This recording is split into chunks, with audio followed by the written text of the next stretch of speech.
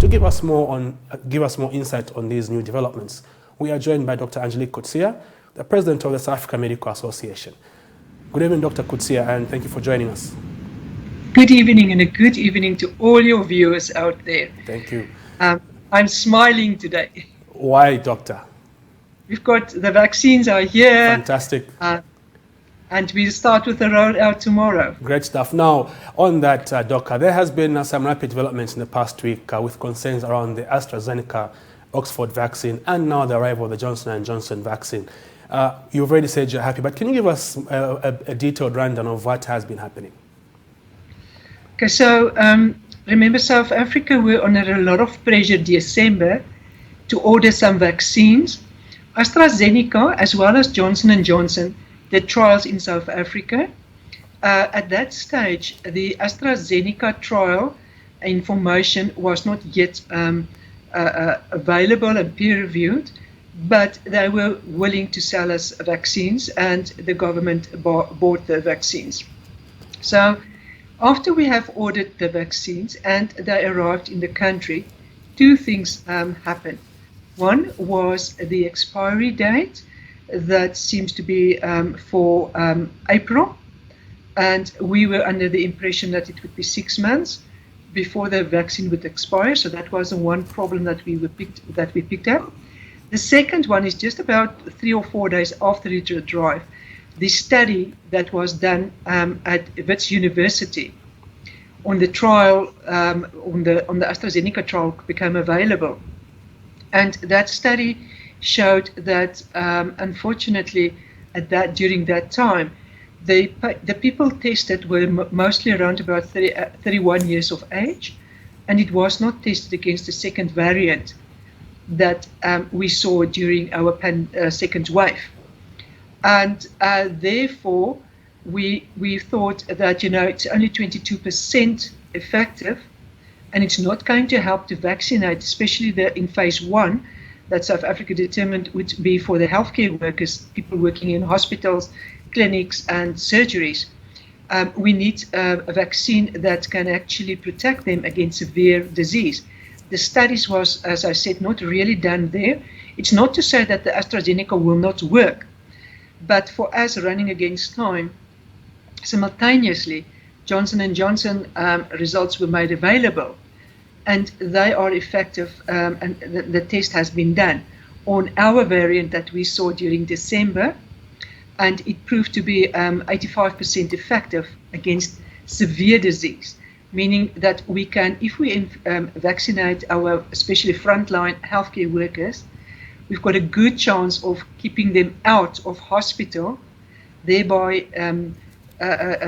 diminishing their chances of dying, as well as also taking the pressure off our healthcare systems, so that you can most probably then treat them at home when they get COVID-19 disease. Right. It's also important to understand there's no disease in the world that's 100% effective. Yeah. But for South Africa, the most important thing is how do we protect our healthcare workers from not ending up in hospital or dying.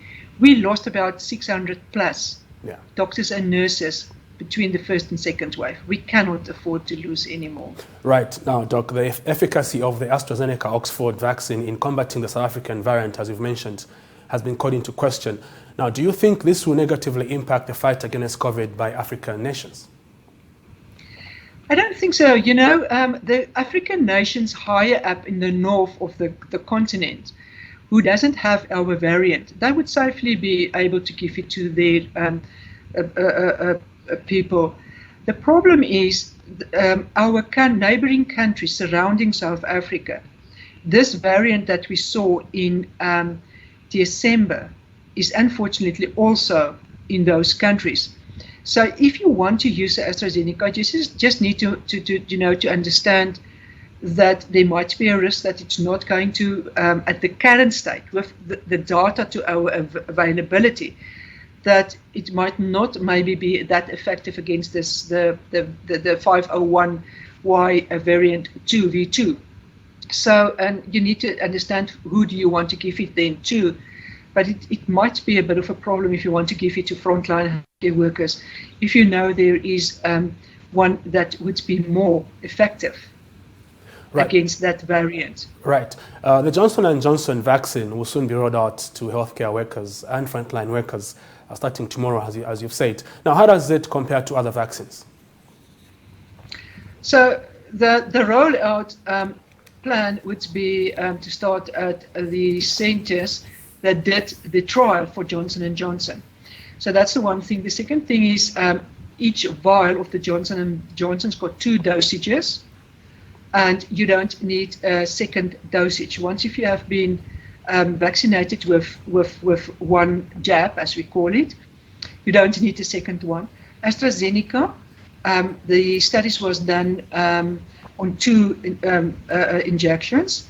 The studies was more on 4 weeks apart, but the clinical data that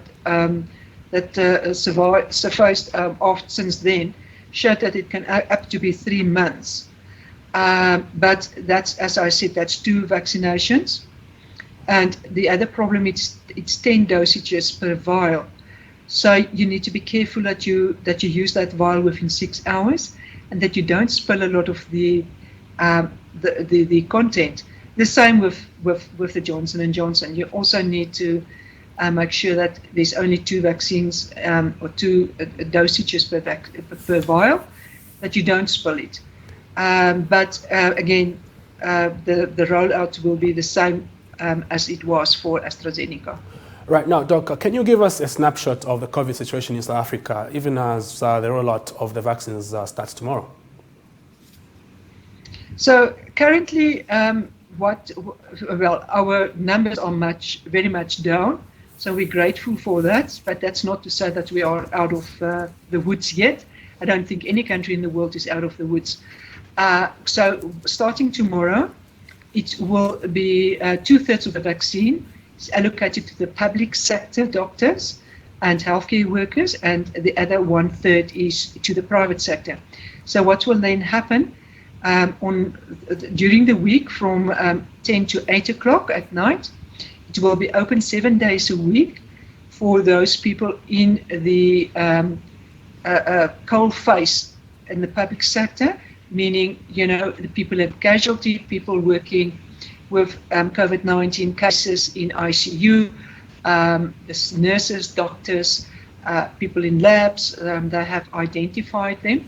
Then this coming Sunday and the Sunday after this, there will be special slots for especially the general practitioners in private practice who are registered and would like to be then vaccinated.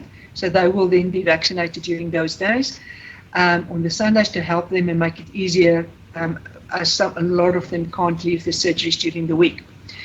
Then if we have to move the 80,000, if we can move the 80,000 quickly as possible, we then will get the next 80,000, moving then to a broader part of the healthcare workers, where your secretaries or the cleaners and all the other people also working in healthcare facilities will then be vaccinated. Again, if you can roll out the 80,000, the quicker you roll it out, the quicker the next batch will come in. Also important to understand that this is still part of a trial, the vaccines that was left over, so this will be free to the government as well as to the private sector while we are using the trial dosages. In the meantime, they are trying to get registered at SAPRA under the Section 21, and once that happens, the doctors and other facilities will then be able also to administer the vaccines. But until then, we run it under a phase 3B trial. But it's not a trial as in trial to establish efficacy. That's just how we can bring it into the country and start the rollout in the meantime. Thank you, Doc. Now, any last words before I let you go? Well, I think, any healthcare worker, especially in South Africa, because it's available, should be vaccinated, and because you reduce your risks. And then in our neighboring countries, in Malawi, in Zambia, in all the other countries, please, try to get vaccines. Especially you're welcome to see how we do in South Africa. I'm always joking and say if I haven't got grown a horn, or if I don't die within the next 2 weeks because I'm going to get my jab on Sunday, then you guys can please also order some and protect, especially your healthcare people, because they are the ones that are looking after you if you are sick. Indeed, Doctor, and we look forward to the vaccine getting to Zambia, and of course our health workers as well should be in the front line to get the vaccine. But thank you so much for coming through, Dr. Kutsia. No, please keep safe. All right.